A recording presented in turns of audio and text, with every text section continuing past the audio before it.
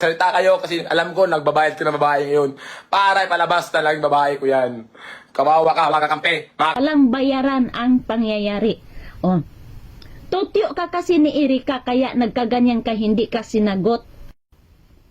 Sabihin ko lang ang totoo ha, para maliwanagan ang lahat.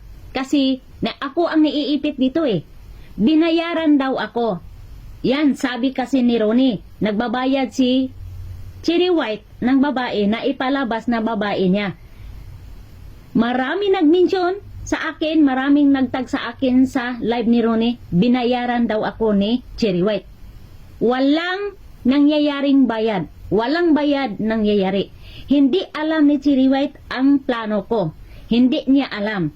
Kaya huwag kayong maniwala kay Ronnie, wala siyang binayaran na babae na pinalabas sa social media na babae niya. So by the way, anyway, mabait si Cherry White. At bakit ganon, Ronnie? Pinalabas mo lahat ang mga nangyayari. Bakit ganon? Para kayong walang pinagsamahan. Si Cherry White, wala namang nilalabas na about sa iyo. Walang nilalabas na mga pangyayari na about sa inyong dalawa. Sabi mo, napuno ka. Wala naman akong nakitang nilabas na sinisiraan ka at binubulgar niyong pangyayari. Anong mayroon kayong away? Wala naman, hindi naman ako nakita. Wala naman akong nakita. So, gusto mo lang na ipalabas mo kasi hindi ka sinagot siguro ni Erika. Wala ka siguro ni Erika, hindi ka siguro sinagot ni Erika, kaya nagkaganyan ka. Kasi si Erika, namimili din yan eh. Oh, gagamitin ka din ni Erika. Oh, gagamitin ka ni Erika niyan. Oh, siguro, hindi ka pumasa ni Erika, kaya nagkaganyan ka, galit na galit ka kay Cherry White. So, by the way, anyway, ibubulgar mo na ang nangyayari. Huwag naman ganyan, para kayong walang pinagsamahan. Kung hindi ka sinagot ni Erika, kung hindi ka nakalaplapan, nakakiskis, huwag ka nang ganon, huwag na. Magkasundo na lang kayo ni Cherry White para kayong mga masama yung hindi allowed yung magtanim ka ng galit sa kapwa mo tao, ha? Hindi ka na magtanim ng galit para hindi ito gagamot at magbunga pa. Oh, magtanim ka tapos gagamot yan tapos imbes mangga yan, mahimo ng lubi ang bunga. Yung punuan mangga tapos lubi ang bunga. Ano na nangyayari? Natutyo na.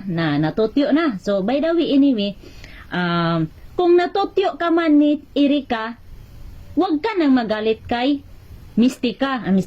Huwag ka nang magalit kay Cherry White kung natutyo ka ni Erika. Hindi mo ginalingan ng pagbahig ng ng piat-piat eh. Ayan, tutyo ka ni Erika. Kung natutyo ka ni Erika, huwag mong ilabas ang galit mo kay Cherry White, okay? Yun lang ang masasabi ko. Magpiat-piat na kayo diha, magpiat-piat na kayo. Basta yun lang ang sinabi ko, walang bayaran ang pangyayari. Tutyo ka kasi ni Erika kaya nagkaganyan ka, hindi ka sinagot. Hindi ka sinagot ni Erika kaya nagkaganyan ka. Tutyo ang pinalabas dito, tutyo. Yun, walang bayaran ang nangyayari. Hindi ka kasi nakalaplap ni Erika eh. Yun lang. Ang kumita ng pira habang nasa bahay lang, ito ang Philbos para sa'yo. Marami kang laro na pagpipilian dito. Tulad ng Mines, Color Games. At dito tayo sa Mines maglalaro. So yan.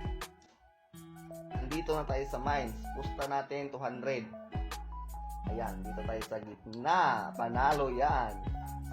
Panalo. Isa na lang. Panalo yan. Cash out na natin yan. Yan, so isa pa, 200. Dito tayo, ayan, panalo. Ayan, sa gitna, ayan. Panalo, isa na lang. Panalo, ayan, i-withdraw natin yan. So isa pa, 200 yan. So dito tayo sa gitna ulit. Ayan, panalo. Isa na lang. Panalo, ganyan lang kadali kumita dito. At sa pag-register ito, nasa comment section yung link. Kaya ano pang hinihintay nyo? Mag-register na.